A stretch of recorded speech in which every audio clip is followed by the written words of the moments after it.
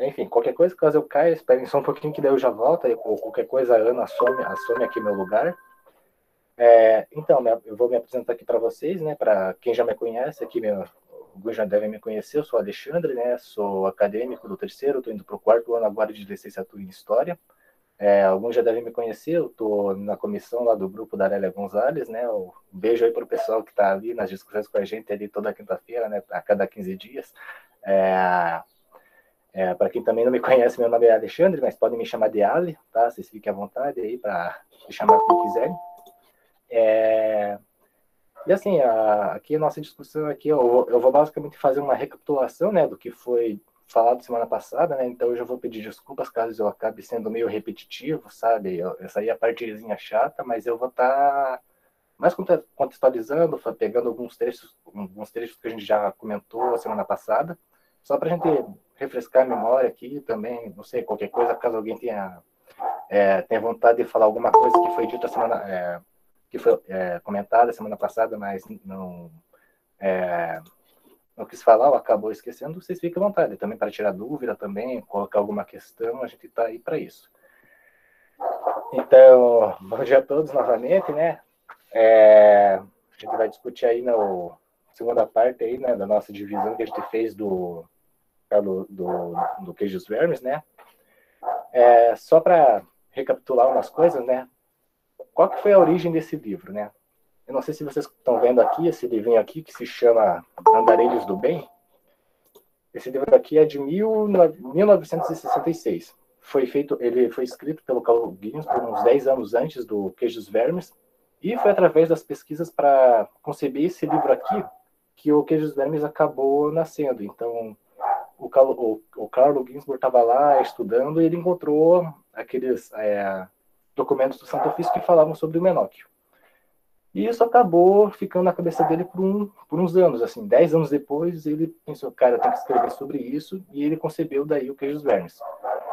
O Andarilhos do Bem, assim, é basicamente uma obra que, acho que o Henrique tinha falado semana passada, né, que ela deu um up, assim, fez o Ginsburg se tornar mais conhecido, né, e, assim, cara, esse livro aqui é muito interessante, tá, basicamente ele fala sobre um culto agrário, assim, de feiticeiros que combatiam bruxas, feitiçarias, tudo em prol da colheita. Eu achei muito bacana esse livro aqui. Eu vou disponibilizar aqui para vocês um drive. Eu montei aqui um. Deixa eu ver aqui, não sei se vai dar certo. Peraí.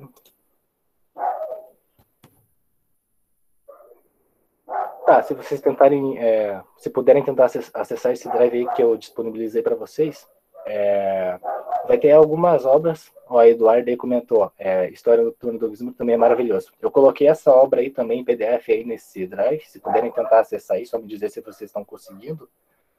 Qualquer coisa eu arrumo o link depois. Daí, assim, isso aí é mais para vocês poderem ter mais um contato com outras obras do Ginsburg também, tem uns outros livrinhos dele aí também, né? Caso vocês tenham vontade. Ah, deu certo? Beleza, então. Fique à vontade aí para baixar o livro também. Eu coloquei isso no meu drive pessoal, mas é temporariamente. Qualquer coisa, depois a gente coloca isso no drive do PET para ser uma coisa mais fixa. A gente monta uma pequena biblioteca com obras de outros autores também no nosso drive também para vocês poderem ter acesso. Então, fiquem bem à vontade aí para baixar o livro, comentar. Se vocês já leram alguma dessas outras obras, vocês podem falar à vontade. Eu, particularmente, fui ler esse livro aqui sem ter muita expectativa, foi mais por curiosidade, né? E, cara, é muito maravilhoso esse negócio, tá? Tem um negócio muito bacana quando ele fala sobre a questão de lobisomens, tá? Que imaginário a gente tem de lobisomens hoje? A gente pensa, lobisomens é o monstro que mata as pessoas. E no contexto da Idade Média tinha uma versão de lobisomens que combatiam a favor de Deus. Eles, assim, como é que eu posso dizer? Os lobisomens, né, numa forma astral, né, eles desciam até o inferno lá, lutavam contra o demônio e recuperavam a fartura que o demônio roubava das colheitas. E, cara, é muito bizarro isso, tipo, a gente lê esse negócio, fica com esse negócio na cabeça, cara, como isso é possível. É maravilhoso, a gente fica curioso. O livro faz um papel muito interessante da gente ficar ansioso por saber mais, sabe? Tanto quanto quem eram os Birandantes, que eram os andarilhos do bem, que combatiam as bruxas, que faziam tudo em prol das colheitas, tinham a habilidade de quebrar feitiços, malefícios, tentar curar pessoas que fossem amaldiçoadas por bruxas também. Então, é uma relação muito bacana isso que o livro traz, tá? E também ele é basicamente uma preparação, assim, a gente, não sei quem é que já leu esse livro, mas percebe que é uma grande preparação tanto pro Queijos Vermes, né? Porque aqui nesse livro são várias histórias, assim, tudo em torno da mesma temática, né? Já o Queijos Vermes daí é tudo na figura só do Menóquio, né? Que é o moleiro, daí o Gisborne vai fazer toda a relação da cultura, tanto cultura letrada como cultura oral, que está em torno do Menóquio e como isso propiciou ele a ter a sua própria visão do mundo, né? A sua cosmogonia, né? Não sei se é assim, a sua visão de mundo. Então, assim, Andarilhos do Bem é muito bacana, a gente, se puderem ler aí, dê uma olhada daqui a pouco, tem um pessoal que está entrando agora, né? Daqui a pouco eu já coloco o link aí de novo para vocês poderem dar uma olhada. Também, né? Mas, assim, né? Agora vamos falar do Queijos Vermes. Só para fazer uma recapitulação, né, do que a gente já comentou semana passada, né? Falar um pouquinho aqui do prefácio, né? Aqui na Bahia, os lobisomens são... Peraí, eu não consegui ler. Peraí, deixa eu voltar aqui no chat. Beijus. Sons de beiju. É isso? Beiju. Oh, que legal. Depois conta melhor essa história, Cláudio. Conta aí pra gente. Se tiver algum caos aí também de lobisomens. No finalzinho eu conto um caso de lobisomem aqui. Pode ficar tranquilos. Beleza, então, cara. Isso aí. Vamos você contar, cara, porque agora eu tô curioso. Tá, então, assim, falar um pouco assim da minha... Opa. Tá dando pra me ouvir aqui ainda? Acho que... Não sei o que deu aqui. Ah, beleza. Eu achei que tinha caído aqui. Então, gente, falando um pouco assim da minha experiência com o Queijos Vermes, eu acho que ele foi basicamente o segundo livro que eu li depois que eu entrei na graduação. O primeiro, logicamente, foi o Apologia da História, né, do Mark Bloch. E assim, eu sempre tenho resistência quando um professor chega e fala: ó, gente, esse livro aqui é obrigatório. Quando ele fala que é obrigatório, eu já penso: nossa, tem que ler isso aí por obrigação, eu não vou ler por prazer. Então eu já tenho uma certa resistência a isso, tá? Eu tive isso com o Apologia da História, né? Mas até que dava para entender o livro, né? Eu tinha saído da escola pública, era tudo muito novo para mim, que estava iniciando na universidade.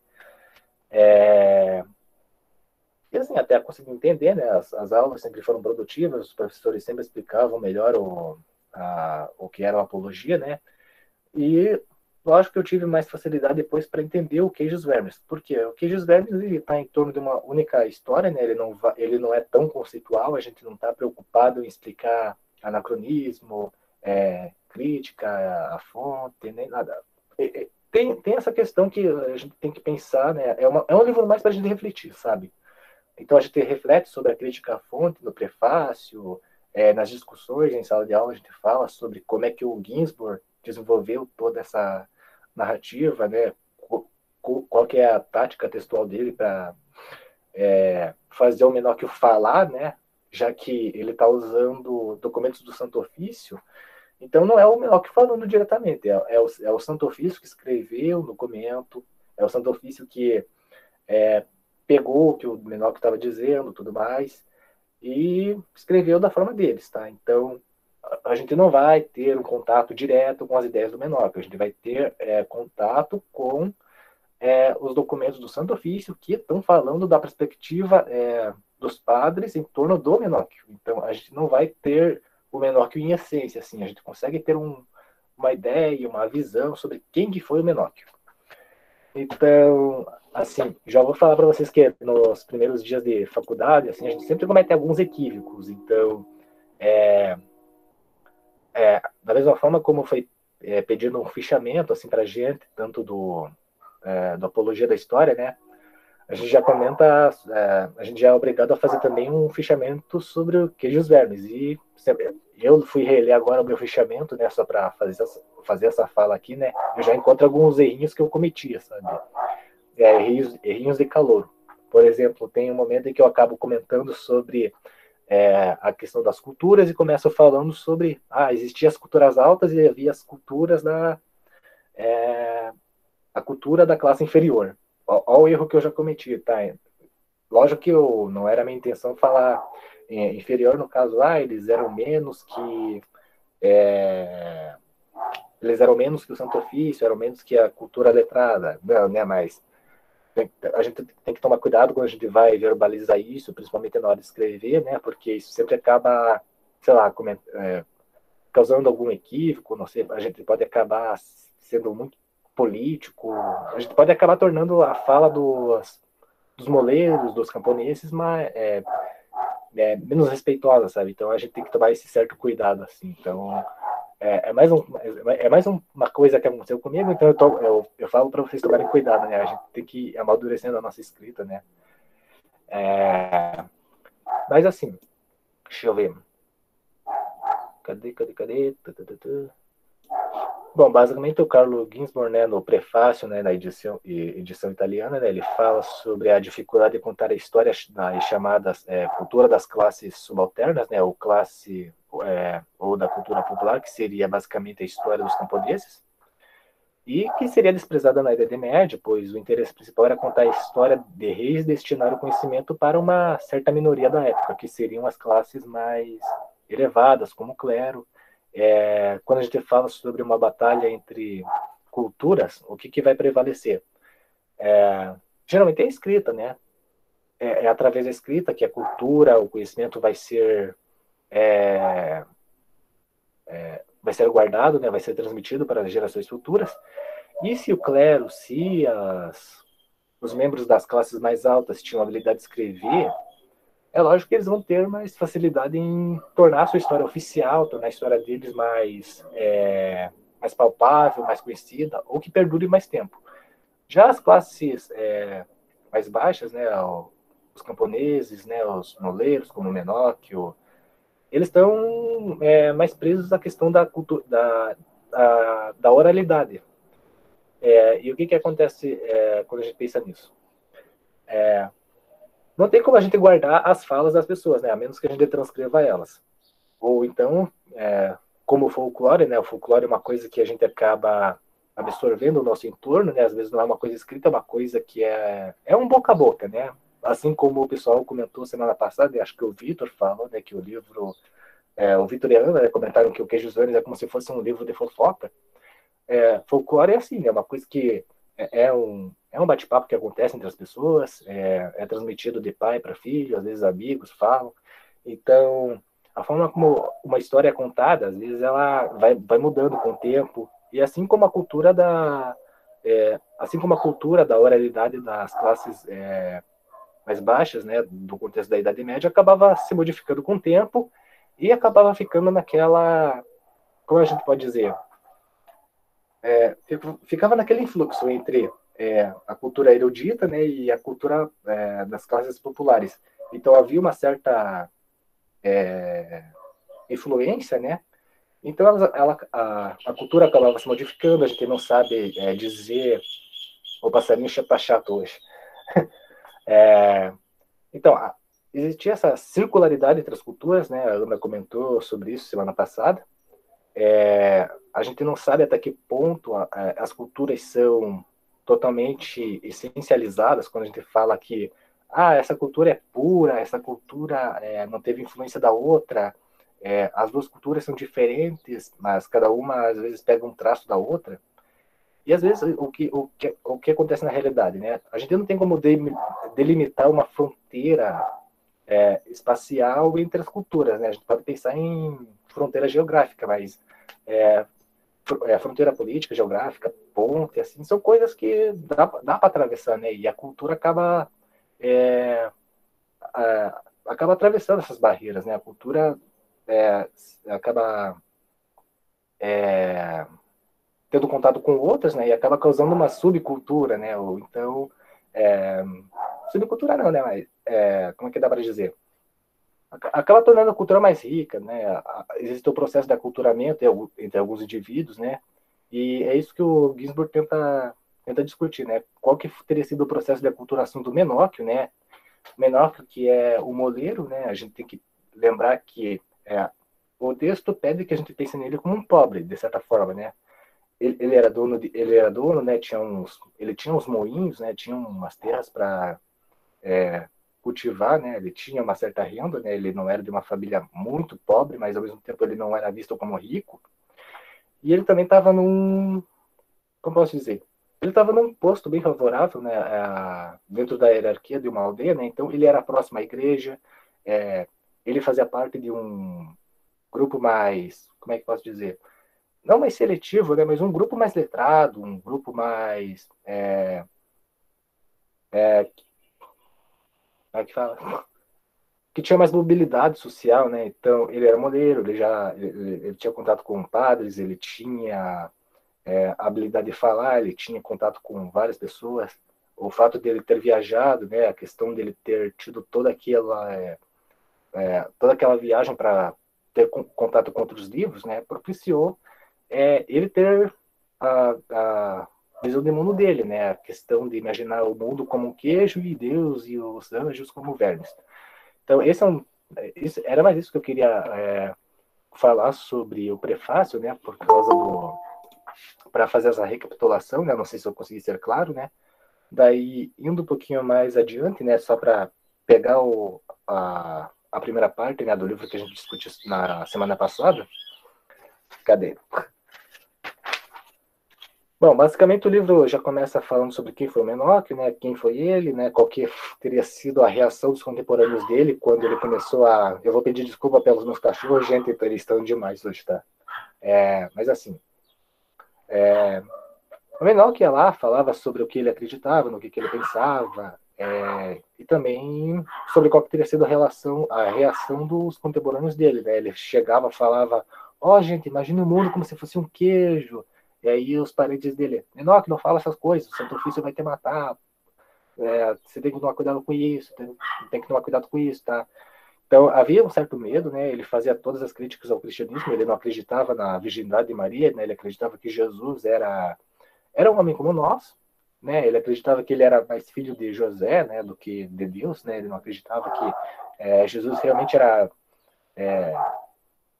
filho de Deus, que desceu aos céus, que foi concebido pela Virgem Maria através do Espírito Santo. Não, ele acreditava que ele era filho de um homem e uma mulher. Aí também havia essa crítica, né, da gente imaginar se ele realmente pensava, ele imaginava essas coisas a sério, né? O Gisborne meio que comenta isso. Nossa, mas será que ele falava sério? Isso na percepção dos contemporâneos, né? O Ginsburg coloca isso, né, toda hora para a gente tentar ter uma visão do todo, né, sobre os testemunhos que o Santo Ofício recolhia, tanto das pessoas que tinham contato com o menor, tanto das testemunhas com quem ele conversava. E também, né, acho que lá pela parte 5, né, ele começa a falar também sobre como se desenvolveu o processo, né, qual foi a preocupação da família, né, atrás de advogado, a questão dos filhos, as cartas que eram escritas para outros padres também, alguns outros membros como é que fala? Não sei, de uma igrejinha ali, uma carta lá para tentar ajudar o menor, que assim, para alguns amigos, né, então, que tivessem uma certa influência dentro da igreja, né, para tentar tirar ele, assim, dessa furada, né, já que ele estava sendo preso, né, nesse momento, e era preciso uma certa mobilização para tentar tirar ele de lá, mas o menor que basicamente parecia que ele se afundava nisso, parecia que ele estava querendo ser preso, né? Ele mesmo fala que, se eu tivesse a graça eu falaria com o Papa, sabe? Então ele queria ser ouvido, tá? Então de forma nenhuma ele tentaria fugir do Santo Ofício, né? Ele fazia isso de propósito, de certa forma. Aí deixa eu ver quem mais. Bom, basicamente quando ele falava, ele também falava sobre a questão dos ricos, né? A forma como ele falava sobre como a igreja tinha meio que se perdido, né? De certa forma, né? É isso. Tanto que ele ficou satisfeito em falar, não sei quem falou aqui, peraí. Ele não tá carregando aqui o chat pra mim. Isso, Isso bem, que ele ficava feliz em poder falar na cara dura, né, dos padres que ele era contra a exploração que existia, né? É, opa, tá, deve ser nosso cachorro aí gritando, desculpa por isso, gente. Mas assim, ele também fala também sobre a questão econômica que existia, né? Ele falava que existia uma certa rixa entre os nobres. Eu não vou lembrar agora o nome de quais classes exatamente eram, mas assim, teriam acontecido mudanças econômicas assim, que teriam tornado a, a vida dos camponeses na região do Friuli, né, um pouquinho mais, eu não vou dizer uma vida muito miserável, mas uma vida meio difícil de você crescer na vida, de você ter mobilidade social. E ele critica bastante isso, tá? Ele vai sempre pro lado da crítica aos ricos, né? A crítica aos ricos, ao clero, o clero principalmente pelo fato do clero às vezes falar em latim, né? Que é uma língua no qual a maioria das pessoas não tinha contato, né? O menor que eu pregava em latim, algumas coisas nas quais ele acreditava, né? Como se fosse uma forma de deboche, tá? Ele falava lá em latim meio que para dizer, ó, vocês estão falando aqui do jeito que as pessoas não entendem, então eu vou falar do jeito que vocês entendam, que eu não concordo com vocês, tá? Então ele tentava afrontar o máximo, ele usava os mecanismos de fala, tanto da igreja, como também ele intercalava com expressões, né, da cultura popular para tentar tornar a fala dele mais acessível, né?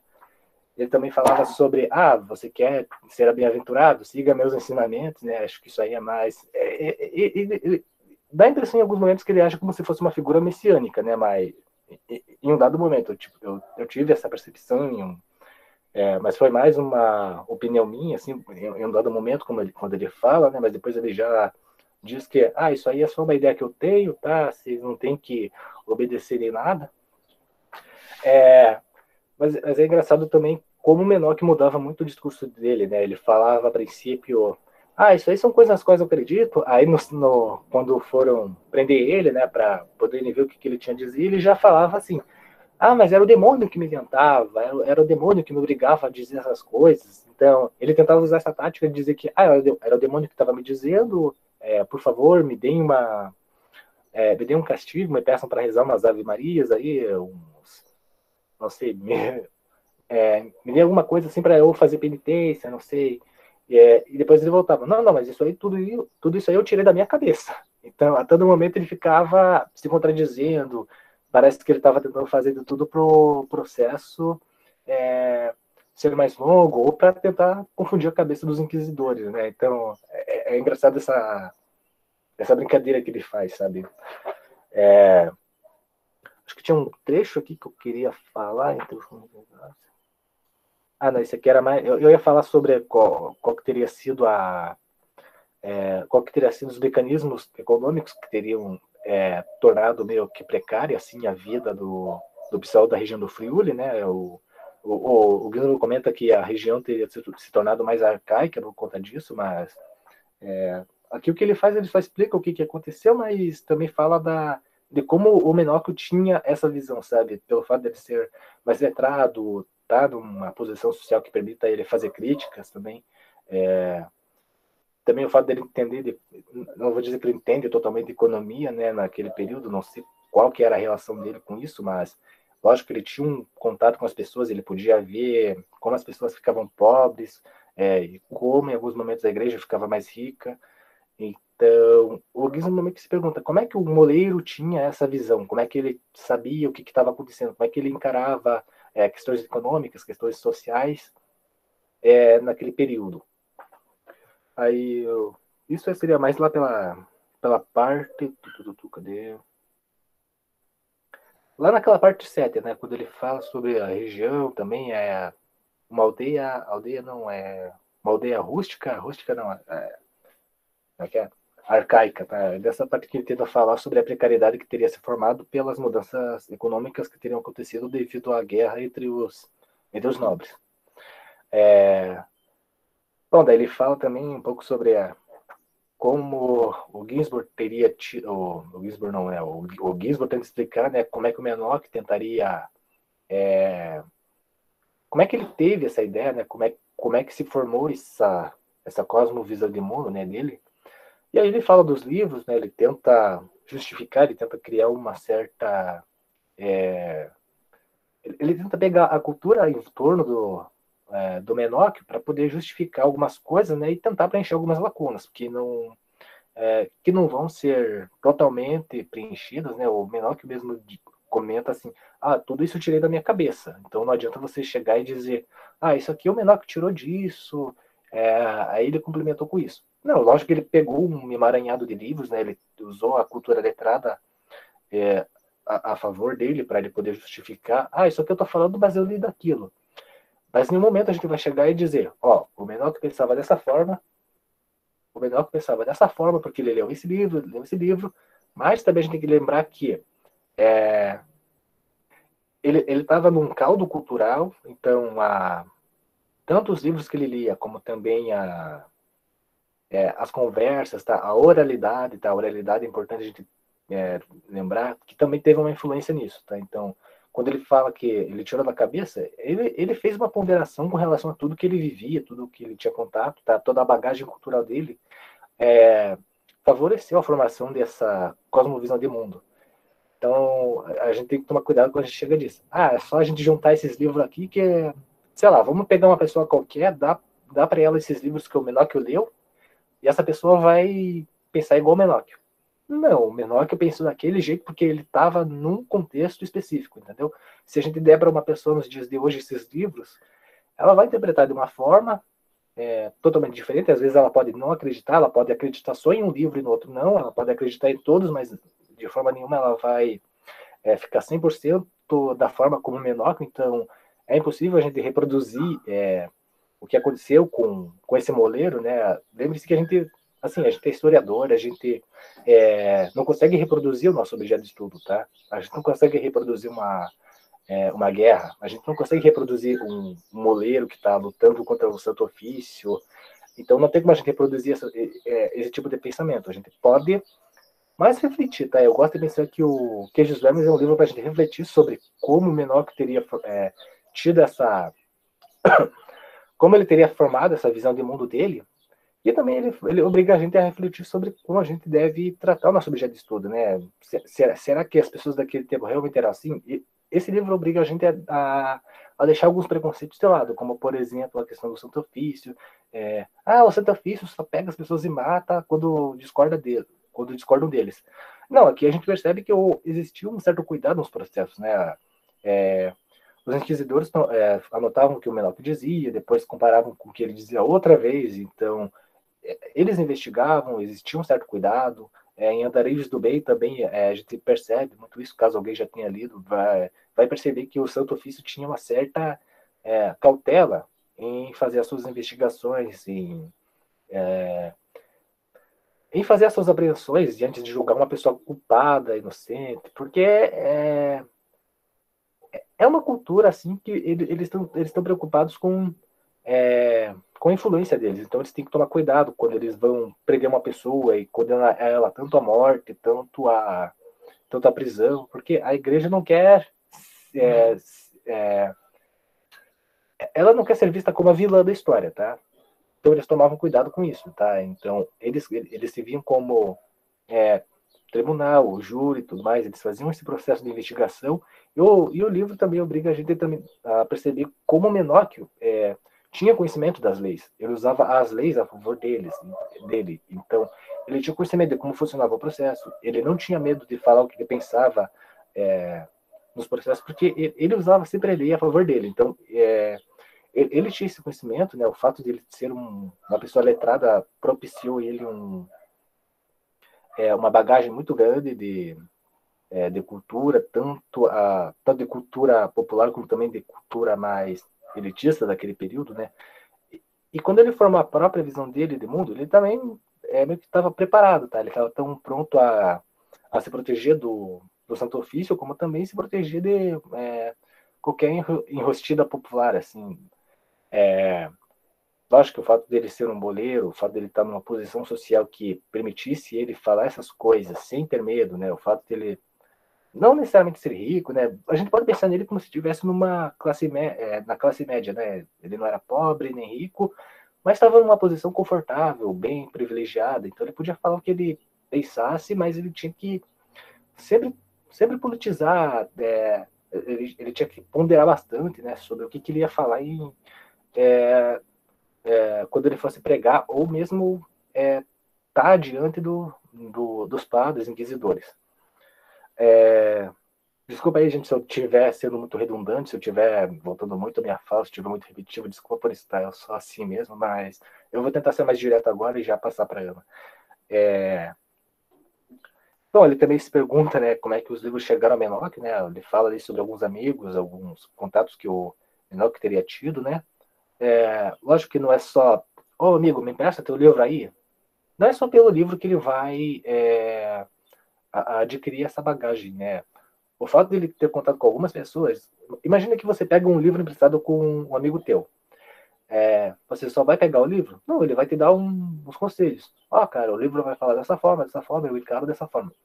Então, existia um certo debate, assim, entre o... A gente pode imaginar que existia um debate entre o Menoque e as pessoas com quem ele pegava os livros emprestados. E a partir disso, era de como ele ia fomentando a sua... Tem pedido para entrar? Como ele ia formando a sua visão de mundo. Então, assim, não é só os livros, tá? É a cultura, tudo em torno do Menoque que vai fomentar essa cosmovisão de mundo. Aí, também havia essa questão, né, do Santo Ofício pensar, nossa, será que o Menoque era louco? De onde ele tirou isso? Não. E não, né, ele estava em plena razão.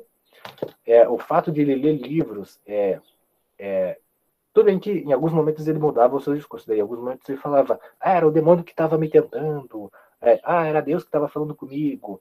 Aí depois ele fala, não era isso, tá, gente? Ele falava assim, não, é que quando eu falava das coisas da minha cabeça. Aí depois, mas antes ele falava que era o demônio.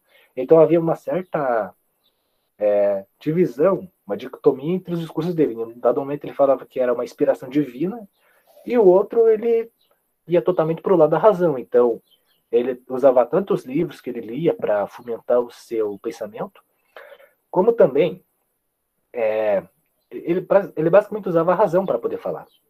Então, a gente fica nessa dicotomia. Em um dado momento ele usa a ideia de que Deus ou o diabo teriam tentado ele, como também a razão de ter sido um dos motivos, né, uma das formas que ele teria encontrado para poder expressar essa visão de mundo, essa ideia do queijo, dos verbos e tudo mais.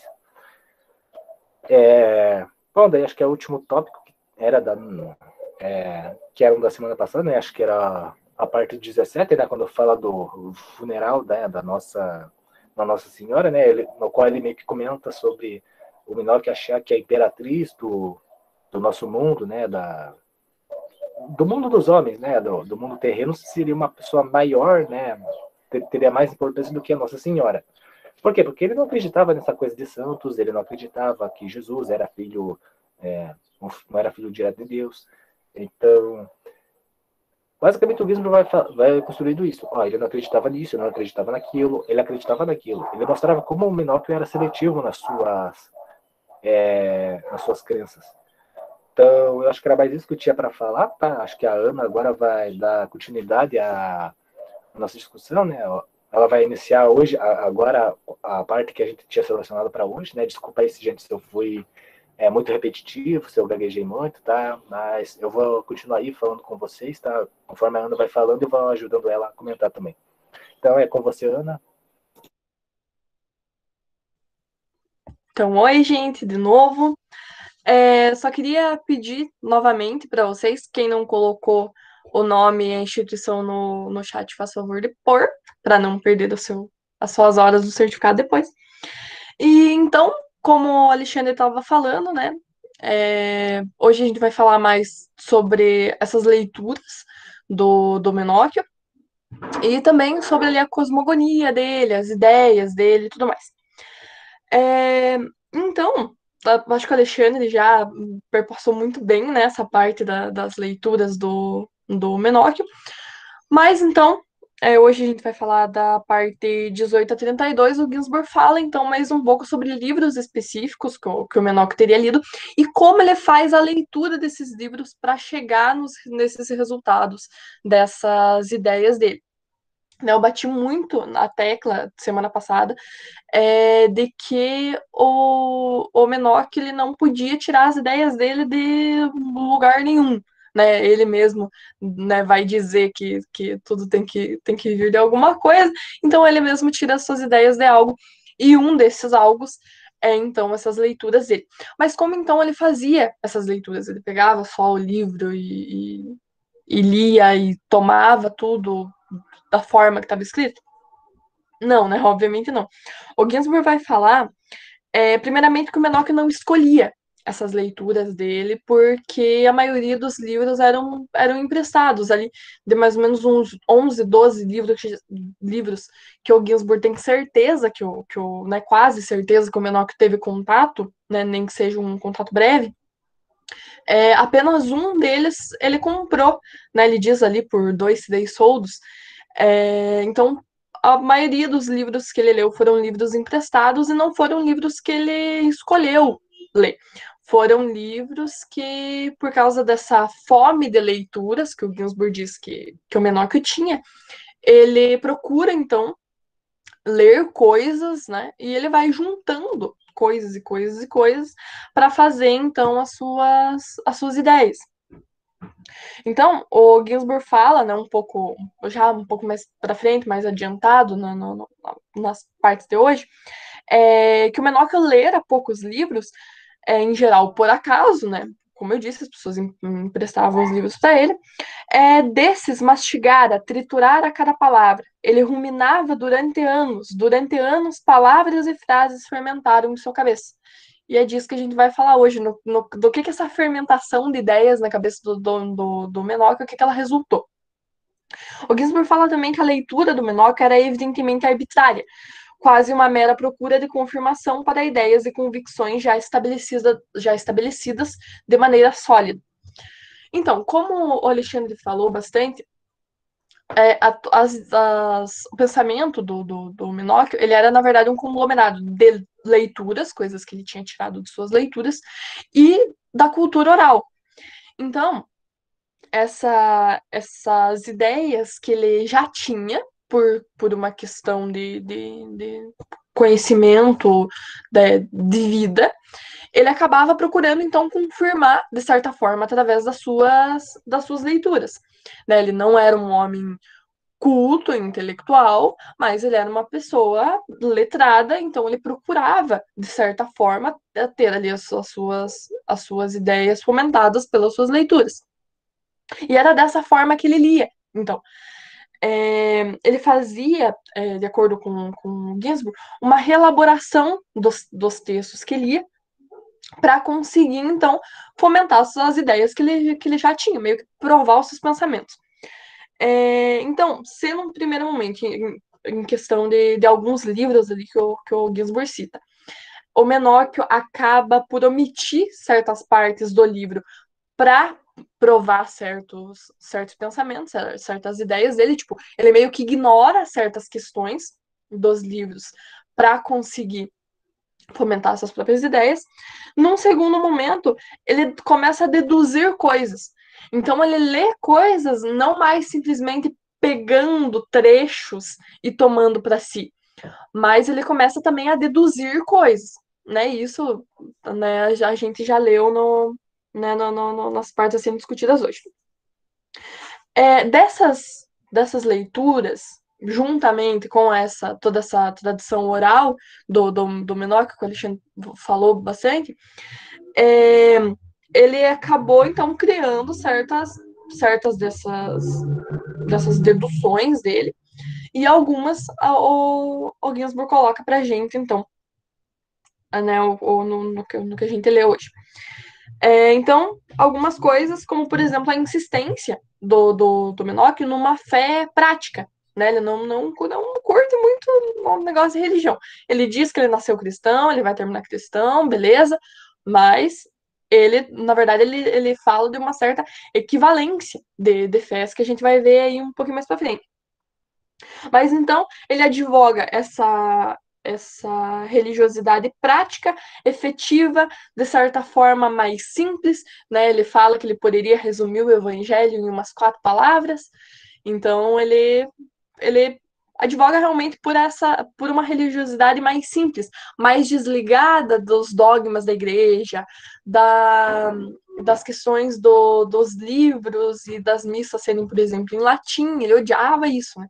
Tanto que ele, né, a gente tem a citação algumas vezes do Ginsburg falando que ele tinha, por exemplo, a Bíblia em língua vulgar, ele tinha a Vulgata, ele lia outros tantos livros que tinham traduções, então, porque ele ele achava que a religião, da forma que ela se dava ali no século XVI, ela era muito, muito fechada, e ele queria se inteirar dessas coisas. E aí, essas ideias dele de uma religiosidade mais próxima do povo e mais longe desse clero, o Ginsburg fala que é um ideal comum em vários grupos heréticos do século XVI, ali, especialmente na Itália. Porque lembrem-se que a gente está no momento da reforma. Então, é onde tem essa fermentação de ideias novas e de reformulações da religião, da fé, das crenças.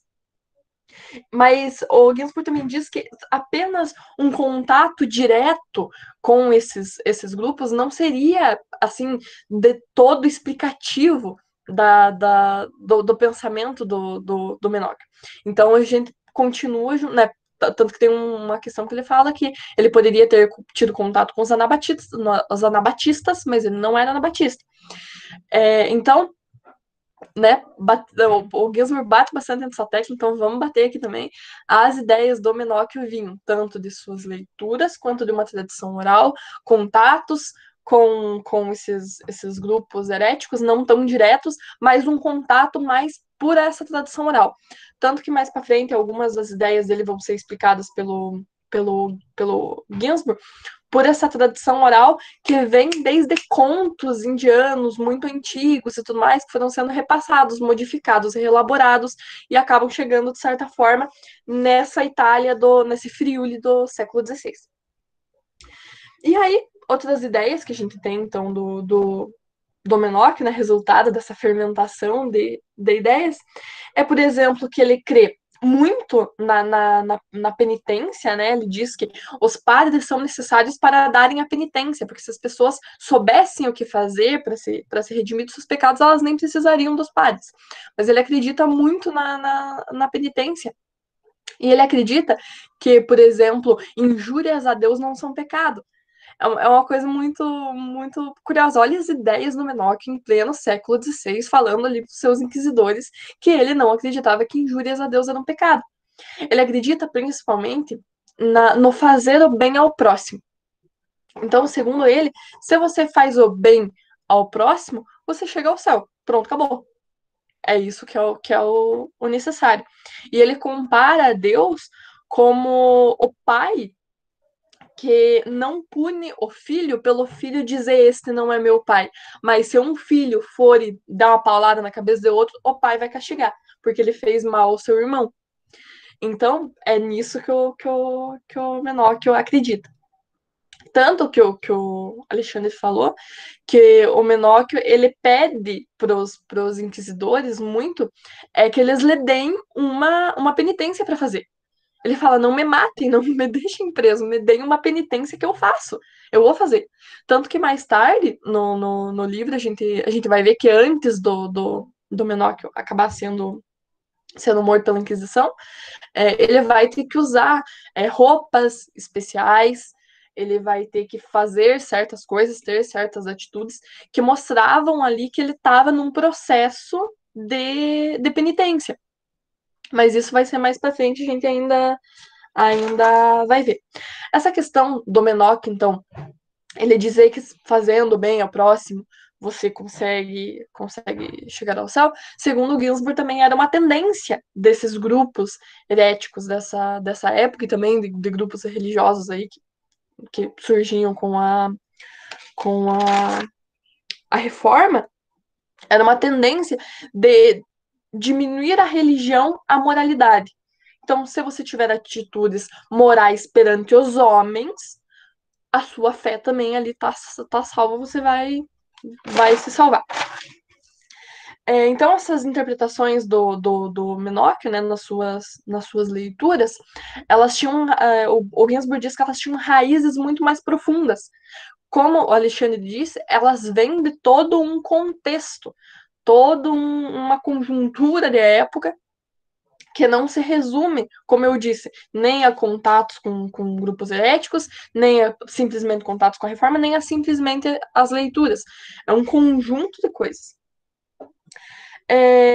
Outra questão também que é colocada é que os inquisidores, eles não acreditam que o Menoch possa ter pensado tanta coisa apenas por si só, sem ter nenhum companheiro, nenhum cúmplice, né, de heresias ali. Então, eles vivem perguntando pro Menoch quem são seus companheiros. O Menoch diz, não tenho nenhum companheiro. Eu nunca ensinei nada a ninguém, nunca ninguém me ensinou. E o que eu tirei das minhas ideias, algumas foram da minha cabeça e outras são culpa de um tal livro do Mandavila, que ele fala que esse livro seria As Viagens do Mandeville. É que ele tinha lido e, segundo ele, deixou ele confuso. Porque, novamente, né, como disse o Alexandre, ele tenta dar ele tenta colocar uma culpa fora dele das coisas que ele dizia, né, para tentar ali não ser morto pela Inquisição. Ele dizia, não, foi culpa de um livro que eu li que me deixou confuso, enfim. E ele coloca essa culpa, então, nesse momento, no livro do Mandeville. Esse livro, As Viagens, ele era composto de duas partes. A primeira parte era tipo um itinerário de viagem à Terra Santa. E a segunda parte desse livro, muito diferente da primeira, era uma coisa mais fantasiosa. Então ele falava de pigmeus, falava de povos canibais, falava do reino do Prece João.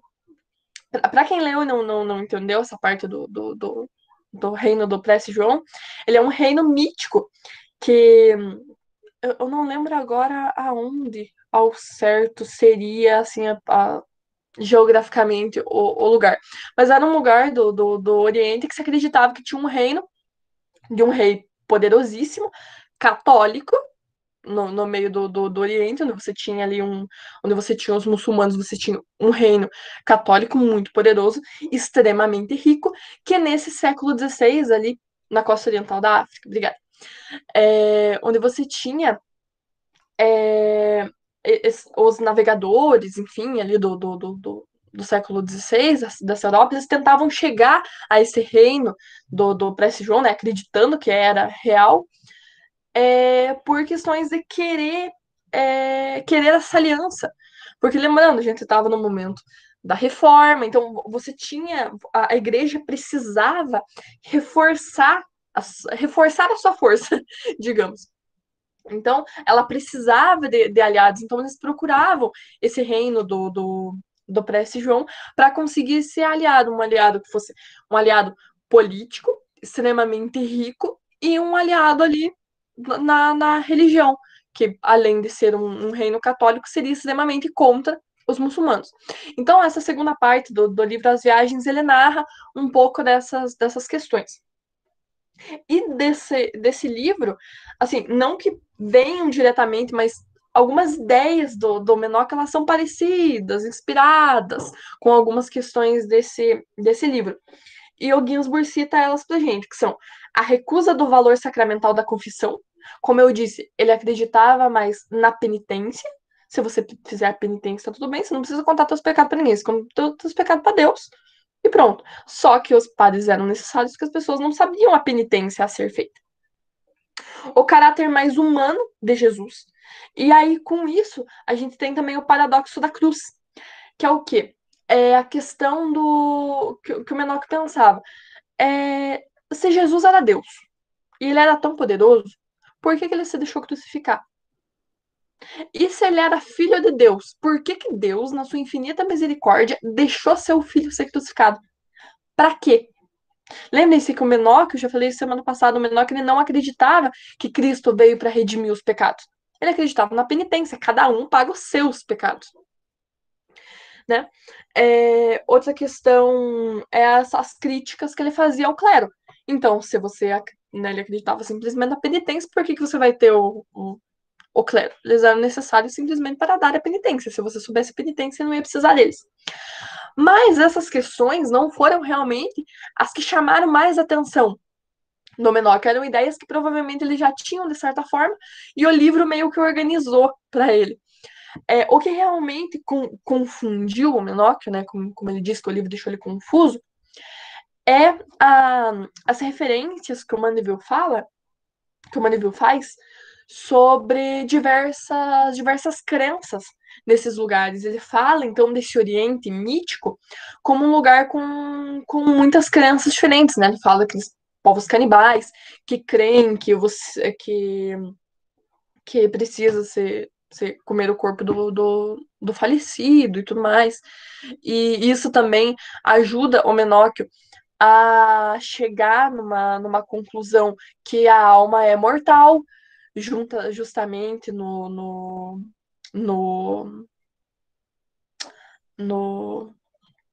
né, quando morria o corpo, então, e era comido lá pelas as pessoas, essas crenças, esses povos canibais, então a alma morria junto e tudo mais, então nesse livro também ajudou a ele ter essas ideias, que foram exatamente as ideias que confundiram ele. Por quê? Porque a partir desse momento, o Menóquio passa a acreditar no que eu já falei semana passada, que eu fui um pouco precoce, falei antes, mas dessa tolerância que ele tem às outras religiões, e inclusive aos heréticos, as pessoas que não acreditavam em nada. Ele expressa essa tolerância dizendo que todas as religiões são equivalentes, né? Ele não fala dessa forma, mas então aí a gente passa para outro livro que o menor que eu leu, que foi provavelmente o Decameron, que tem lá, que eu já citei a semana passada, o Conto dos Três Anéis, né? Que o rei tinha 3 filhos. Ele disse que o filho, né, ele estava prestes a morrer, ele disse que o filho que tivesse lá o anel, o filho para quem ele deixasse o anel, seria o próximo soberano. E aí ele acaba fazendo 3 anéis. E os 3 filhos dizem que o anel dele é verdadeiro. E aí o Menóquio traz isso, então, para as religiões, né, para né, as 3 principais, né, digamos, ele traz para a crença, então, dos cristãos, dos turcos e dos judeus. Então, cristãos, turcos e judeus, eles têm né, segundo Menóquio, eles têm uma equivalência da fé e todos vão ser salvos por Deus, da mesma maneira dos 3 filhos. Porque cada um deles vai dizer que a sua fé é verdadeira, mas na verdade as 3 seriam. Na verdade, ninguém saberia qual seria a verdadeira. E Deus levaria em conta as 3. Segundo Menóquio, não só as 3 religiões, mas também junta aí os hereges. Ele acreditava também que essas pessoas também seriam salvas se fizessem boas obras. Deixa eu ver se faltou alguma coisa dessa questão. Acredito que não. Então, a última questão aí que a gente tem é a cosmogonia do Menóquio. Então, de toda essa fermentação de ideias, surge também a sua cosmogonia, que o Ginsburg fala que no início né, até no início do livro, era uma questão que parecia muito difícil de se entender, mas agora, sabendo quais os livros que o Menóquio li e tudo mais, é mais fácil de compreender. Então, ele fala sobre, né, que existia esse caos primordial, onde havia todos os elementos juntos. Essa questão dos elementos, diz o Ginsburg, provavelmente ele tirou do Fioretto della Bíblia, né, que o caos deveria estar ali, então, terra, água, ar e fogo, todos juntos. E, né, que no Fioretto tem um capítulo que se chama Como Deus Criou o Homem a partir dos 4 elementos. E era disso que o Menóquio acreditava, mas ele juntou essa ideia dos 4 elementos com a questão de um outro livro que o Ginsburg cita, que provavelmente o Menóquio teve contato, e essa ideia dos 4 elementos ele junta com a ideia do caos. Então, os 4 elementos estavam juntos no caos, que acabam criando, então, Deus, os anjos e tudo mais, né, como saem os vermes do queijo, enfim, a história que a gente já sabe, né, que intitula inclusive o livro. Então, qual que era, então, essa cosmogonia do Menóquio? Como para ele surgiu o mundo, não só o mundo como Deus? Primeiro, né, o queijo, os vermes, que seriam os anjos. O anjo mais poderoso seria, então, Deus. Que assim, que a Santíssima Majestade, isso. A Santíssima Majestade, ele diz que quis que daquelas coisas que saíssem do caos fosse, então, Deus. Mas, ao mesmo tempo, olha a complexidade da ideia do Menóquio. Ele diz que Deus, na verdade, ele já existia, mas ele não tinha consciência de si mesmo. Ele não era consciente da sua existência. E aí ele acaba vindo desse caos. Então, o Menóquio, ele coloca a questão da criação fora de uma, como que eu posso dizer, de uma mão divina. Ele acredita, então, que as coisas vieram, simplesmente, inclusive Deus, vieram de uma matéria, de uma massa de matéria. Ele diz que que ele acredita que sem matéria nada pode ser feito. Então, ele acredita nessa transformação da matéria. Então, não foi Deus que criou o mundo, mas o próprio Deus surgiu naquele momento como um ser real, porque ele dizia que antes disso Deus já existia, mas não era vivo e não tinha essa consciência de si mesmo. Então, aí a gente vê também o porquê que os inquisidores, por que eles levaram tão à frente o interrogatório do Menóquio e os processos do Menóquio, né? Porque era uma questão de certa forma, a gente pode dizer de curiosidade, né? De saber da onde que esse homem tirou tudo isso e o que é isso que ele tá falando, né? Por que eles iam querer ouvir tanto o Menóquio? É porque ele realmente tinha algo a dizer e coisas extremamente complexas a serem ditas, né? A cosmogonia do Menóquio não era nadinha simples. Então, o Menóquio diz, né, que Deus e os anjos vêm da mesma essência desse caos, mas que Deus é mais perfeito. O anjo mais perfeito era então Deus. Da mesma forma que ele fala anteriormente, se vocês lembrarem, que, por exemplo, que todos os homens eles são dignos, mas que as pessoas do clero têm uma certa dignidade a mais, eles são mais dignos, e é por isso que eles estão, então, por isso que eles são representantes de Deus, né? Menóquio diz isso anteriormente nos processos. E aí, ele acaba, então, por estabelecer uma hierarquia no que seria a Santíssima Trindade, né? Digamos, né, você pega o cristianismo, ele tem a Santíssima Trindade unificada em Deus, Espírito Santo e Cristo. O Menóquio estabelece, então, uma hierarquia entre esses. Ele diz que Deus é o mais perfeito, abaixo de Deus vem o Espírito Santo, e abaixo do Espírito Santo ainda vem Cristo. Então, a gente volta naquelas questões dele colocar um tanto mais de humanidade em Cristo aí. Então ele diz que o mundo é criado da matéria, dessa massa em movimento. Tanto o inquisidor pergunta para ele, mas quem que movimentava o caos? Ele diz, ninguém. O caos se movimentava sozinho, ele estava por aí, e de repente se criaram coisas. Então, vem aí, também comentado semana passada, dessa geração espontânea. O Ginsburg diz, então, que essa cosmogonia do Menóquio ela se localiza num terreno ainda quase inexplorado, segundo ele, de relações e migrações culturais, como também o Alexandre falou tanto no começo, dessas trocas de ideias, dessa circularidade de cultura que nasce, então, a cosmogonia e todas as outras crenças do Menóquio. E como isso foi possível, né? Chegando aí mais para o fim, como que foi possível, então, que Menóquio tivesse essas ideias? Uma das coisas que proporcionou isso foi a Reforma Protestante, porque ela dava, então, pro Menóquio essa coragem, digamos, de ir lá e falar o que ele pensava, de ter uma ideia diferente da igreja. Né? Anteriormente isso não tinha acontecido de uma forma tão grande, e com a Reforma, então, ele tem essa coragem, ele diz que me vem o Papa aqui na frente, que eu vou falar para ele as minhas ideias, tanto quanto ele falou para os inquisidores. Então, a Reforma, ela deu, então, digamos que esse ímpeto pro Menóquio falar. E a segunda coisa foi a imprensa. A imprensa, os livros deram para o Menóquio formas dele falar.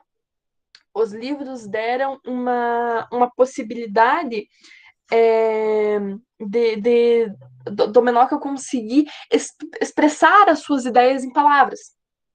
Então, isso a importância dos livros. Lembra-se que o Ginsburg falou anteriormente que muitas das ideias do Menóquio, muitas das leituras do Menóquio, ele fez ali de uma certa forma que ele corroborasse as ideias que ele já tinha.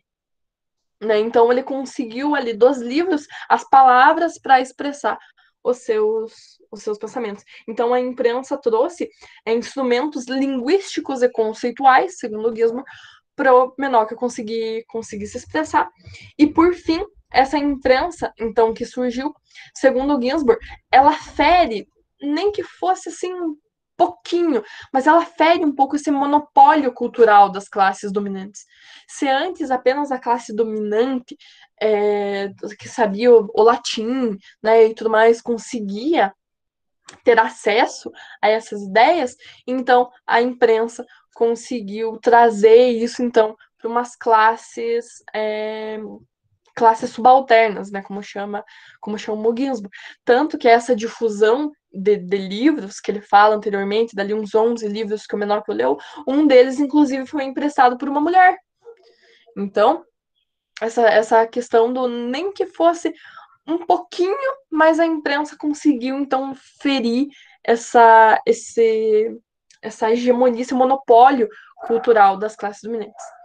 Então, acho que é isso, gente, né? Um apanhado geral aí de tudo que a gente viu.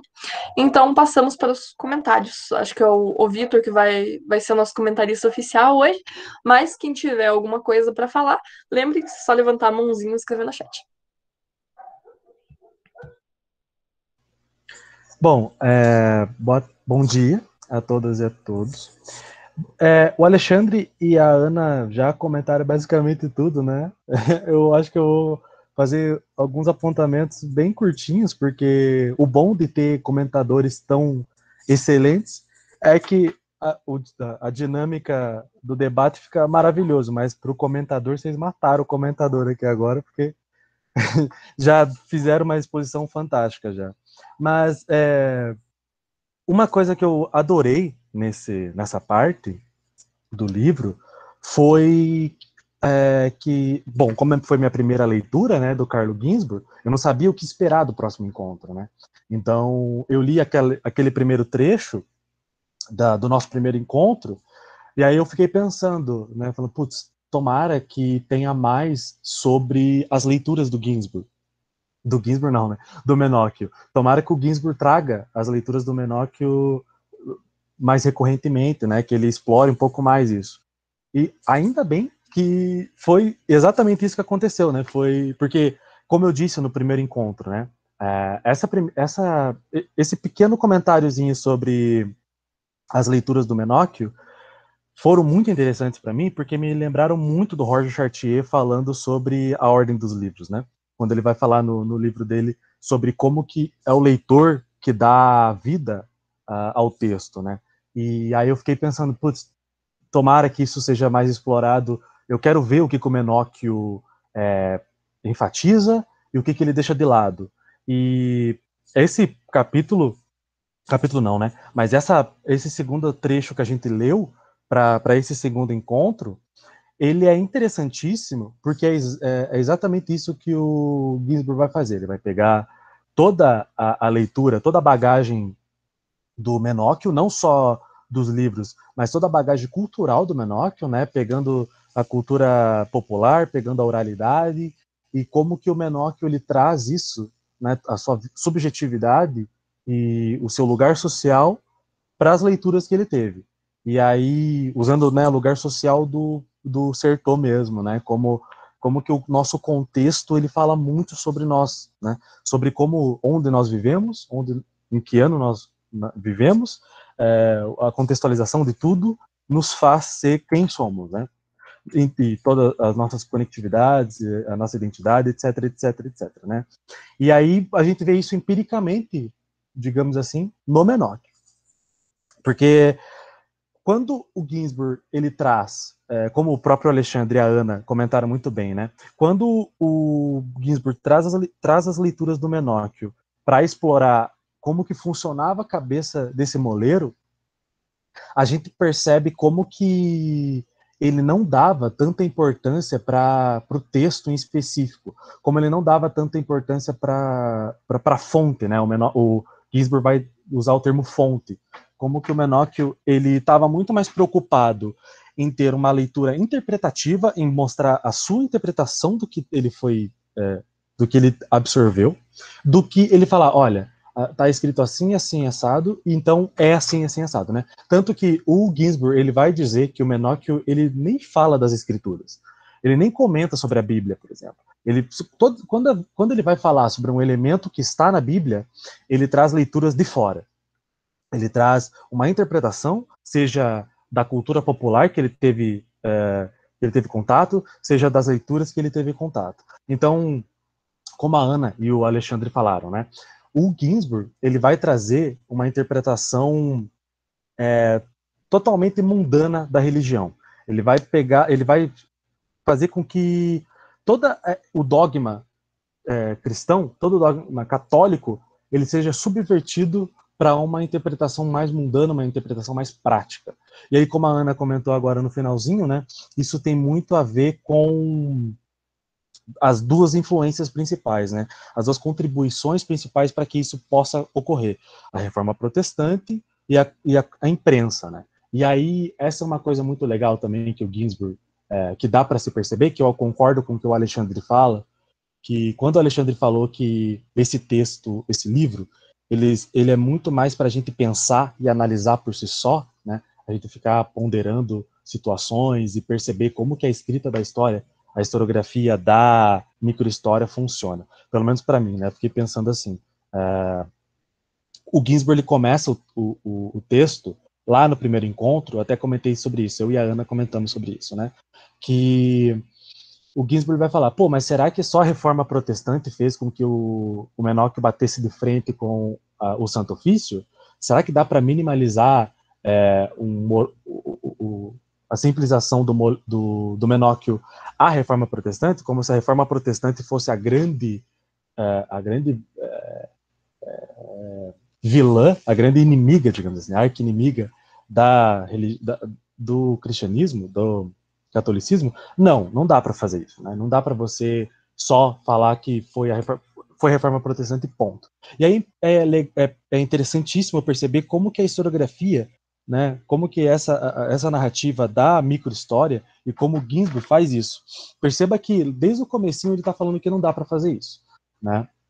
Ele comenta que a reforma protestante foi sim importante para que o Menóquio falasse, mas não é só isso. E aí lá, a gente está aqui na página 76, 80, 90 do livro, e é agora que o Ginsburg vai falar qual que é a contribuição da reforma protestante, qual que é de fato, como que dá para mostrar que a reforma protestante foi importante para que o Menóquio falasse o que ele falou, que é o que a Ana comentou, né? Que foi a possibilidade do próprio Menóquio confrontar os dogmas católicos. É isso. A reforma protestante deu esse empurrãozinho. Falou, ó, Menóquio, nós estamos aí, século XVI, nós estamos aí, então você pode bater de frente com o Santo Ofício, você pode falar a sua cosmogonia, você pode trazer a sua subjetividade para o que você entende da escritura, dos textos que você leu, a sua própria visão, da sua própria cosmogonia, né? E aí a contribuição da imprensa, né, como a Ana falou, é essa disseminação dos livros e a questão de trazer com que essa popularização das leituras, né? Fazer com que o conhecimento ele seja algo muito mais democrático, digamos assim, né? Porque, como o Alexandre comentou, no livro a gente é tentado a fazer com que percebamos o Menóquio como uma pessoa pobre. Uma pessoa pobre. Sendo assim, uma pessoa pobre, sem leitura, no século XVI, né? Sem leitura, sem saber ler, sem saber escrever, nem nada. Mas aí o Ginsburg, ele subverte isso, né? Ele mostra que o Menóquio não era tão pobre assim, e ele era um homem até culto, né? Sabia ler, sabia escrever e fazia seus próprios cálculos. Isso para o século XVI era algo que fazia com que você fosse diferenciado, né? Não algo que fizesse você ascender socialmente. Mas, enfim, então você percebe como que o Menóquio, ele, nas leituras dele, ele é influenciado, principalmente, como a Ana comentou, naquele livro do Mandaville, né? E aí eu queria pegar só uma parte que eu achei interessantíssima desse trecho, que a partir do momento que o Menóquio ele se depara com outras culturas, com esse caldo cultural gigantesco, esse caldeirão, essa loucura de ele perceber que existem outras, que a Europa não existe só a Europa, ele percebe que existem milhões, milhares e milhares de outras culturas, ele começa a questionar a própria crença, né? É muito interessante isso, como que o Menóquio, ele fala, né, que ele ficou confuso ao ler esse livro. E ele começou a se questionar, e a questionar o que ele acreditava. Olha que interessante, olha aonde que o Menóquio se colocou, né? Ele não inferiorizou essas culturas. Foi para outro lado. Ele questionou a própria crença, né? Ele falou, pô, se essas culturas existem, então, se o cristianismo não é um só, não existe só o cristianismo, então será que é a gente mesmo que está certo, né? Agora, pensando, né, eu me colocando, pensando como que o Menóquio deve ter pensado, né? Então, achei muito interessante como que essa influência do livro do Mandaville faz com que o Menóquio questione a própria crença e formule novas visões religiosas, né, moldadas por esse livro, né? Só que aí é uma coisa muito interessante que o Ginsburg vai trazer, que o Menóquio ele vai colocar valores cristãos nessas culturas. Eu achei isso muito interessante, né? Que ele vai colocar, por exemplo, o canibalismo que é trazido no livro do Mandaville. Em nenhum momento o Mandaville coloca que comer tal carne de pessoas mais magras é algo ruim, e comer a carne humana de pessoas mais musculosas, né, é algo bom. É o menor que coloca esses valores de bom e mal, essa dicotomia que é tão forte no catolicismo, né? Eu achei isso é muito interessante, né? Que de novo o Ginsburg botando a subjetividade do Menóquio, né, mostrando como que o contexto ele fala muito por si só. Não fala por si só, é claro, né? Mas como que o contexto fala muito sobre como o Menóquio coloca as suas visões, né? Coloca as suas valorizações dos seus discursos e tira algumas coisas, né? O que ele tira das leituras que ele faz. E aí, o que a Ana comentou também, né? É esse eco de tolerância religiosa que existe tanto no livro do Mandaville quanto no texto, quanto no discurso do Menóquio. E aí é uma coisa que é para se pensar bastante, né? Que a gente está falando de século XVI, a gente sempre pensa em século XVI, que está rolando a Inquisição, a gente sempre pensa em católicos, ou até mesmo outros cristãos, que estão pensando em queimar todo mundo mesmo, e é isso, o que está na escritura, é isso, pronto, acabou, né? Vamos catequizar todo mundo e pronto, acabou. A gente tem mais essa visão mesmo, né, mais generalista do contexto. E aí o Ginsburg ele traz justamente essa visão para mostrar, ele subverte muita coisa, né? Eu acho que uma coisa que dá para se perceber muito lendo o Queijo e os Vermes é essa subversão de você entender um período. Então, eu acho que é mais ou menos isso que eu queria falar. Como eu disse, o Alexandre e a Ana já exploraram muito bem esse trecho. E eu só queria comentar, assim, deixar algo para caso vocês queiram falar, que o que esse livro está fazendo com que vocês percebam algo que vocês assim, não imaginavam que aconteciam nesse contexto. O que a narrativa do Ginsburg, o que esse texto está mostrando para vocês coisas que vocês achavam que era algo essa generalização, né? O que o texto está fazendo com que você pare de pensar de maneira generalizada um período, assim, principalmente esse século XVI. Mas é basicamente isso. Obrigado a todos e a todas.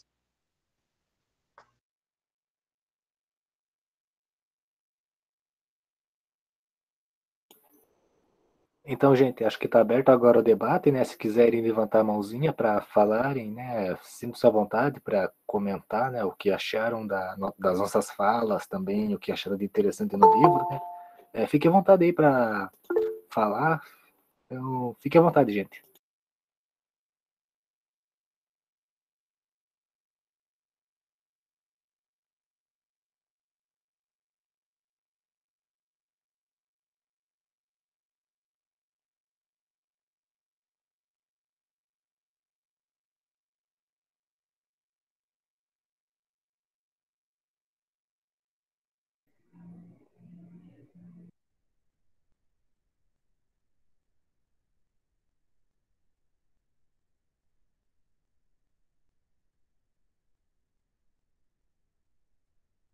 Bom dia, pessoal, tudo bom? Queria. Vou. Queria parabenizar todo mundo, né, pela explanação e tal.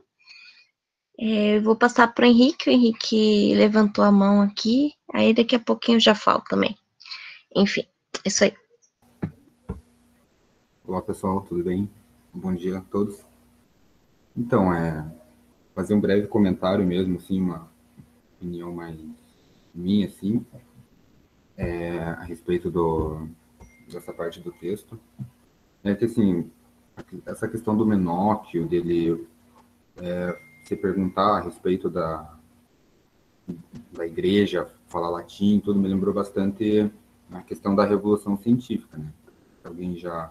E também estava acontecendo nesse ano, né? A Revolução Científica, ela se iniciou no século XVI e foi até o século XVII. É importante lembrar que tanto ela como o Renascimento, a Inquisição, tudo faz parte de um processo, né? Acho que é uma coisa que o historiador tem que guardar bastante, essa questão do processo, né? Todo o assunto, tudo que a gente estuda, todos os momentos históricos que ocorreram, vieram através de um processo, não aconteceu de um dia para o outro. E o mesmo vale com essa ideia do Menóquio, dele fazer diversas críticas, ser uma pessoa aí estudada, se comparar com muitos daquela época. É importante lembrar que durante uma crítica, acredito que Ginsburg faz, é que nessa época já estava ocorrendo bastante questionamento. Um exemplo disso, claro que as ideias desse filósofo não se encaixam, era o do Giordano Bruno, não se encaixam com as ideias do Menóquio, porém também fez diversos questionamentos contra a Igreja Católica e teve o mesmo fim que Menóquio, né? Foi queimado. Mas assim, que eu tive, a percepção que eu tive é que nesse capítulo ele tenta explorar bastante essa questão, de mostrar que naquela época não havia muitas pessoas que, como a gente já sabe, muitas pessoas que eram aí estudadas, que tinham esse olhar de fazer uma crítica contra a igreja, entende? Por isso que havia vários grupos de estudiosos que trocavam livros entre eles durante essa época. Uma vez que o livro ele tinha passado por uma reformulação, né? Antes disso, o livro ele era muito grande, ele era difícil de você andar com um livro tão grande na mão, e o livro foi mudado, já mudou o tamanho, a espessura dele mudou totalmente. Isso facilitava com que diversos grupos trocassem informações de uma forma mais fácil, e isso permitiu também as críticas. E acredito que por trás aí das entrelinhas é o que o Ginsburg tenta trazer. Agora, antes de passar para a Thalia, eu vou passar para Gabriela, que levantou a mão ali para falar. Tá bom? Pode falar. Obrigado a todos. Oi, bom dia, tudo bem?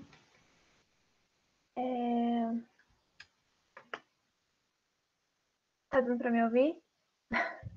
Tá dando para me ver? Eu liguei a câmera também, não sei. Sim, veio ouvir. Tá. Então, eu queria contribuir um pouquinho com o debate, né? Queria dizer que a fala de vocês foi sensacional, do Alexandre, da Ana, do Vitor. E queria fazer a minha contribuição também, respondendo até o que o Vitor questionou, né? Do que chama mais a nossa atenção. E eu acho que o que chamou a atenção para mim foi literalmente a quebra da generalização, né? A gente está acostumada a ver uma história generalizada, né? E aí que entra a microhistória, né? Que é o que a gente estava falando no encontro anterior, aquela questão de isso aqui é um livro historiográfico, né? Isso aqui fala mais de microhistória do que do próprio Menoch e tal. E agora eu tô começando a perceber, começando a ler nas entrelinhas, né?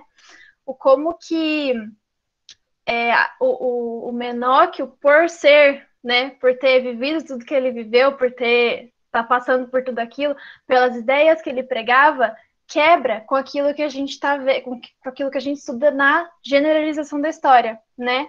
Então, eu acho que isso que me chamou a atenção, isso que eu gostei bastante. E uma coisa também que eu achei interessante desse capítulo foi quando o autor fala que o Menóquio, ele não só reproduzia aquilo que ele lia nesses livros, né? Ele tinha a própria opinião. Ele distorcia, às vezes, o que o autor falava no livro e falava o que ele pensava. Então, é muito legal essa questão, né? Eu tive uma aula um tempo atrás sobre transposição didática, né? Eu faço licenciatura. E a transposição didática nada mais é do que você pegar um conhecimento acadêmico e você levar ele para a sala de aula de uma maneira clara, né? Eu até grifei aqui, estava no finalzinho, que ele fala, né, que o Menóquio, ele traduzia o que ele lia, né? Quando ele ia pregar, né, entre aspas, quando ele ia conversar com os outros sobre os livros que ele leu, ele literalmente fazia essa tradução. Então, eu acho que... eu acho não, né? Essa é a minha contribuição. Eu tô cada vez mais gostando, né? Tô cada vez mais gostando mais desse livro. E é isso, tá bom? Essa é a minha contribuição e mais uma vez parabéns pelo trabalho de vocês.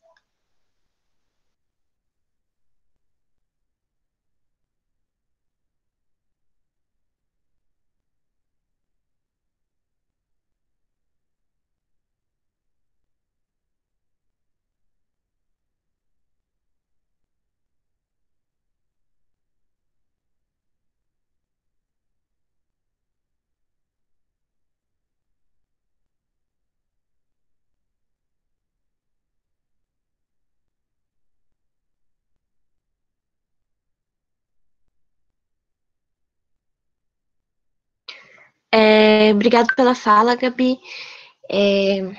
Muito interessante essa questão da transposição didática. Eu não tinha pensado nessa exatamente por esse termo, né? Então, eu acho que transcreveu bem certinho. Acho que, cara, se encaixou perfeitamente esse termo na questão sobre o livro. E eu queria falar só um pouquinho, uma coisa bem breve, na verdade, sobre a questão da narrativa. E é exatamente assim como os apresentadores, eles explanaram. Na verdade, hoje faltou muita... Não sobrou muita coisa pra gente falar, porque eles já explanaram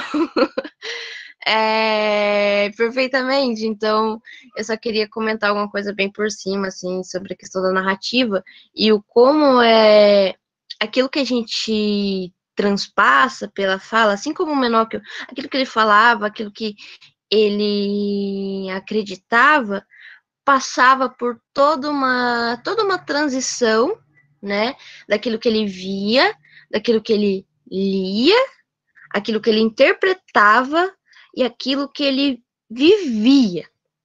Então, é complexo a gente pensar assim, mas a nossa narrativa, tanto hoje quanto, né, na época em que o Menóquio viveu, ela é impregnada das nossas relações sociais e daquilo que a gente interpreta sobre o mundo que está ao nosso redor.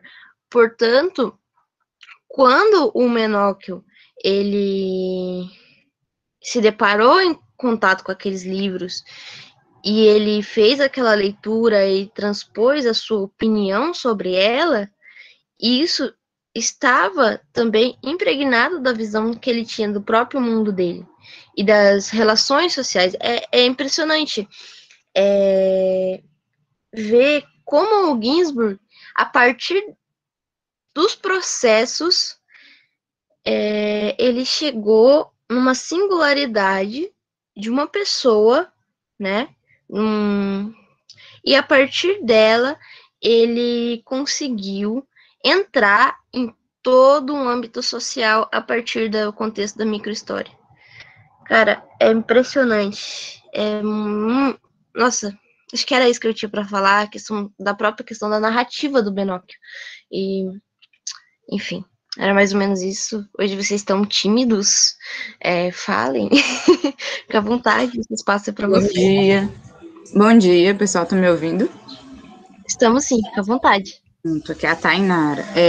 Foi bom, Thalia, tu tocar nesse ponto da narrativa, porque aí eu lembro, não sei se eu vou ser chata ficar tocando sempre em historiografia, né? Mas é porque eu estou vendo agora nas aulas do mestrado. E aí me lembrou um texto que é do José da Assunção Barros, que ele fala sobre Paul Ricoeur e a narrativa histórica. E aí encaixou direitinho, né? Quando a gente fala que o Menóquio, ele faz as leituras e ele tem a sua maneira de interpretar, e essa maneira é influenciada por vários fatores, né? E nesse texto do José da Assunção Barros, né, ele fala muito, o Paul Ricoeur, ele foca no leitor, né? O foco dele é o leitor. E aí o José da Assunção Barros, ele vai dizer que isso é uma atividade recriadora do leitor, né? Que ele ressignifica essa narrativa. E ele compreende essa narrativa, né? A partir dessa narrativa, ele se compreende, né? Ele compreende a si mesmo e compreende o mundo. Então, eu acredito que o Menóquio, né, a partir das suas leituras, ele estava procurando compreender a si mesmo, e aí ele também tentava compreender o mundo, e é por isso que ele coloca muito do seu contexto nessas interpretações, né, por mais que aqueles livros não falassem isso, mas aí era a interpretação dele, influenciado pelo contexto, né, pela situação. E nesse texto, o José da Assunção Barros vai falar muito sobre isso, e eu recomendo, né, que vocês façam a leitura, porque é muito boa, e ajuda aí no nosso ofício, né, enquanto historiador, na nossa escrita da história. Obrigada.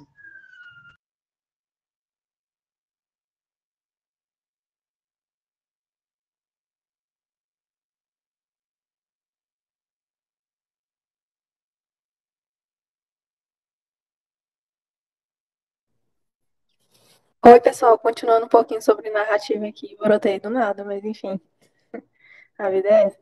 Falando um pouco sobre narrativa, o que a Tainara pegou aí, e é interessante falar, que inclusive eu estava também nas aulas do mestrado estudando um pouco sobre microhistória, e a gente lendo, inclusive, um texto do próprio Giovanni Levi, eu acho que está no livro do Peter Burke, se eu não me engano, não lembro em qual livro específico que está, mas tem um texto do Giovanni Levi que ele vem trazer alguns aspectos principais que são abordados durante a metodologia da microhistória. E dessas características, um desses aspectos é justamente a questão da narrativa, da construção da narrativa. Se vocês pararem para perceber, façam depois um exercício metodológico em cima do texto do Carlo Ginzburg, ou então de outro que vocês virem sobre microhistória, não sei. Mas percebam um pouco como está presente também a subjetividade do próprio pesquisador, do próprio autor, do Carlo Ginzburg. Tem traços lá que seria impossível ele preencher, tem buracos, enfim, partes que são impossíveis de você preencher com a documentação. Então, o Carlo Ginzburg, ele se permitiu fechar esses buracos, justamente exercendo a questão da narrativa. Ele vem trazer um pouco da subjetividade dele para fechar esses buracos que são apresentados durante a construção do próprio livro. E é interessante depois vocês pararem para perceber isso também, onde que está o Carlo Ginzburg e onde que está o Menóquio na narrativa do Queijos Vermes.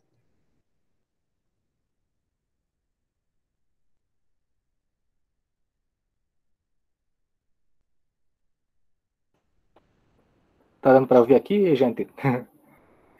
Então, acho que essa fala aí da Bianca é muito interessante, porque isso nos situa que existem duas distâncias quando a gente está falando do livro Queijo dos Vermes. Existe tanto uma distância temporal, né, entre o Menóquio e o Ginsburg, mas também pode existir essa distância entre os discursos, né? O que será que o Menóquio realmente disse de fato e o que o Ginsburg, na sua forma de escrita, quis dizer, sabe? Então, tem um vídeo aqui, só um pouquinho, ele se chama Uma Escritura de Charneira, a historiografia entre a arte e a ciência, que é de uma palestra do Durval Munhoz Albuquerque Jr. Eu vou colocar aqui o link para vocês darem uma olhada depois. E assim, é interessante que ele meio que critica não só o Ginsburg, mas também um outro livro, eu não vou lembrar o nome, né? O Ginsburg só fica mais forte na nossa memória porque é o livro que a gente discute o tempo todo, né? O Ginsburg também é mais conhecido, né? Então, a crítica que ele faz fica mais incisiva. E ele fala da seguinte maneira, durante a fala dele, ele comenta que a forma de escrever história acabou se alterando, tudo mais, tudo tal. E aí ele faz uma crítica sobre como o Ginsburg transcreve, como é que ele escreve o livro dele. Então, em dados momentos, o Durval faz comentários do tipo, ele lê um trecho do livro e fala aqui, aqui o Santa Fe diz isso, aí nesse momento o Menóquio diz isso, e aí do nada o Ginsburg faz ele faz um julgamento, dando a entender que aconteceu dessa forma, então agora o que o Ginsburg vai falar está legitimado.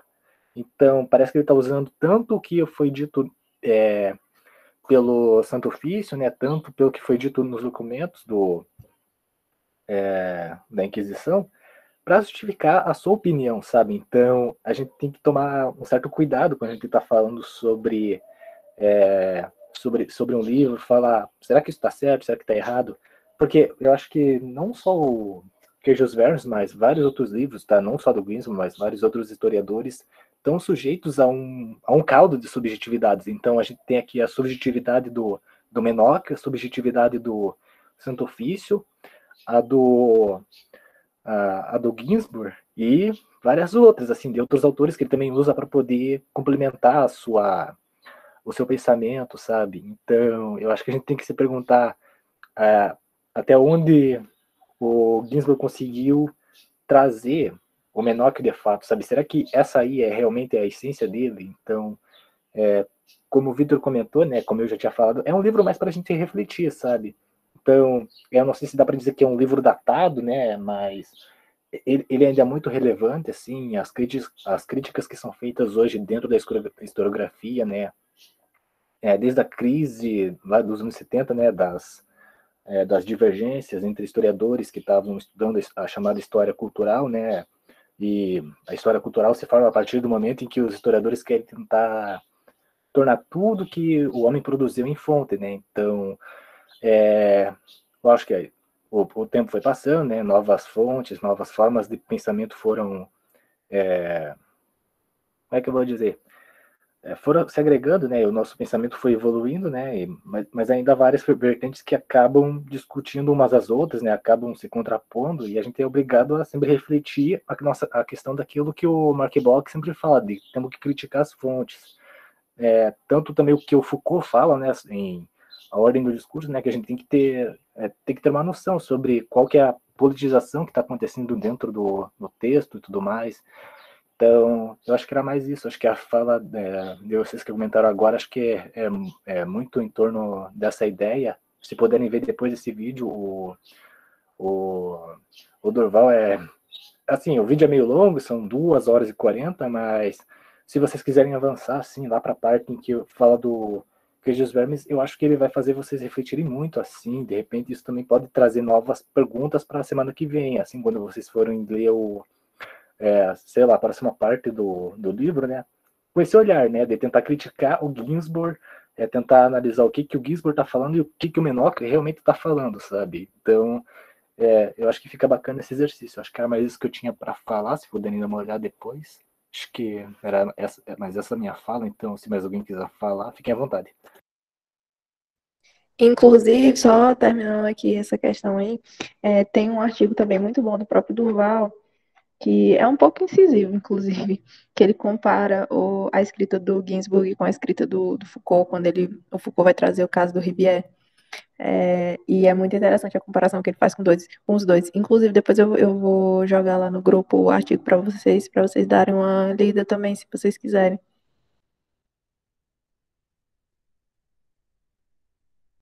Opa, manda sim pra gente lá no grupo. Ah, eu queria falar uma coisa pra vocês. O grupo do WhatsApp tá muito bombando, tá bem mais movimentado. Do Telegram tá tão quietinho.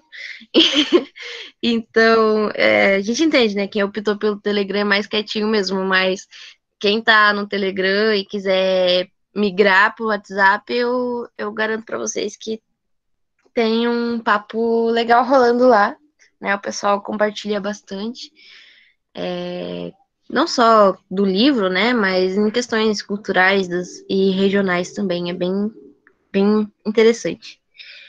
E mais alguém, pessoal? Alguém quer comentar alguma coisa? Queria agradecer a Bianca, a Tainara, né? A Gabi por terem comentado, né? Henrique, você pode mandar no comentário, colocar no chat pra gente o link do nosso WhatsApp? Coloco sim, aham. Obrigado. Então, passar para vocês, se alguém quiser comentar alguma coisa, fica à vontade, não tenha medo, esse espaço é para vocês. E se ninguém quiser comentar nada agora, né, a gente pode estar fazendo esse exercício, tanto que a Bianca comentou, né, de a gente estar realizando essa leitura mais focada na questão da narrativa também, e estar observando a questão que o Alexandre puxou ali, né, para o próximo encontro. Eu vi que eu vi alguém que quase falou. Fica à vontade, pode falar. Aí, mais pra frente, Cláudio, a gente não esqueceu que você tem uma história de lobisomem para contar pra gente. É isso. Vou deixar aí mais um tempinho, fica à vontade. Eu vi que alguém falou, mas eu não marquei o nome aqui, eu vou ficar mais rápida da próxima vez.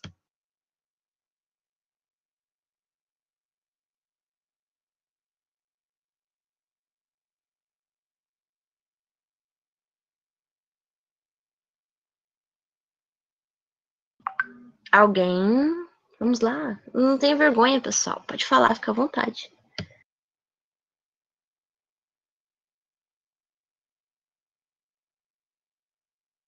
Cláudio, sobrou pra você mesmo. Fica à vontade, pode falar. Estão me ouvindo bem aí? Estamos sim. Bom dia a todos e todas, oficialmente. Eu tinha deixado o celular aqui na sala e fui ali resolver uma coisa rápida minha. Acho que eu devo ter perdido alguma coisa aí. Mas, quanto ao trabalho do Carlos, eu só queria lembrar vocês o seguinte, principalmente para o pessoal que não tomou aula de período medieval ainda. A gente tem que ter uma atenção em relação à Inquisição. A gente tem que esquecer aquele senso comum cinematográfico da Inquisição. Tem um professor aqui na Bahia, o professor Luiz Motti, que é um antropólogo da UFBA, que ele aborda um tema interessante. Ó. A gente tem que entender a Inquisição como uma instituição daquele período. A Inquisição matava, a Inquisição torturava, porque qualquer justiça daquela época fazia a mesma coisa. Se você caísse na justiça de um reino italiano, havia tortura, havia execução sumária, e segundo o professor Motti, se você comparar a Inquisição com a justiça dos reis e dos príncipes daquele período, ela é até, em alguns momentos, até mais sensata, porque ela tem toda uma preocupação, como a gente vê no livro, né? Várias audiências que o menor teve, colheu testemunhos, fez comparações, fez interrogatórios, e alguns outros reis ou juízes simplesmente não fariam nada daquilo. Iriam julgar a seu bel prazer. Isso que eu estou fazendo não é proselitismo da Igreja Católica, não me entendam mal. Só estou lembrando vocês para entender a questão dentro do período. A gente nunca pode julgar uma instituição lá do século XV, XVI com os valores de hoje. E a gente tem que analisar bastante isso, porque observe o quanto a Igreja Católica perdurou com o processo do Menóquio. Fosse um príncipe, um rei, dizer, não, esse é maluco, executa logo ele. E deu até meios dele se arrepender, mas ele continuou insistindo. O Menóquio foi uma espécie de, digamos, eu considero uma espécie de visionário. Ele foi contra tudo e todos, não estava nem aí. E outra coisa, detalhe interessante, das descrições que Menóquio faz sobre o queijo, sobre o caos, o que eu chamaria, na falta melhor de um termo, do caos primordial, daquelas substâncias que emergem os anjos, emerge até Deus, segundo Menóquio, isso tem muito a ver com a mitologia helênica. Se vocês gostarem de mitologia e forem ler algum texto sobre isso, vocês devem lembrar que a geração dos deuses gregos eram 3. A geração de Zeus, a geração de Cronos, que era o pai de Zeus, e a geração de Urano, que era o avô de Zeus. Então, se vocês forem ler a história de Urano e Gaia, vocês vão encontrar muitas referências que o Menóquio usou. Eu desconfio, isso é uma desconfiança minha, que eu estou achando que o Menóquio também deve ter tido algum contato com alguns textos da mitologia helênica. Valeu, eu só queria, na verdade, dar mais uma contribuição, porque todo mundo aí que falou hoje falou maravilhosamente bem e explanou o assunto de forma fantástica, viu? Parabéns a todos. Valeu.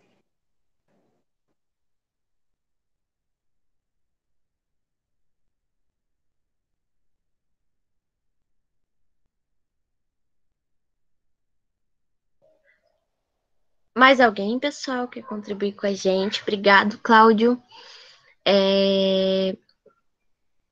Alguém tem algum comentário? Senão a gente já pode ir finalizando. Cláudio, você quer, quer comentar com a gente aquela história do lobisomem? Aquele caos? Se você se sentir à vontade, pode comentar. Senão a gente já vai encerrando a nossa reunião de hoje. Mas vou esperar. Cláudio, você quer comentar com a gente? Porque eu lembro que você tinha comentado, né? E a gente sempre... já que a gente começou na aula passada, né? Na aula passada não, na reunião passada, terminou com chave de ouro, com um caos. Quem sabe hoje você queira... A gente pode terminar assim também. Então, se você quiser comentar, eu passo para você novamente.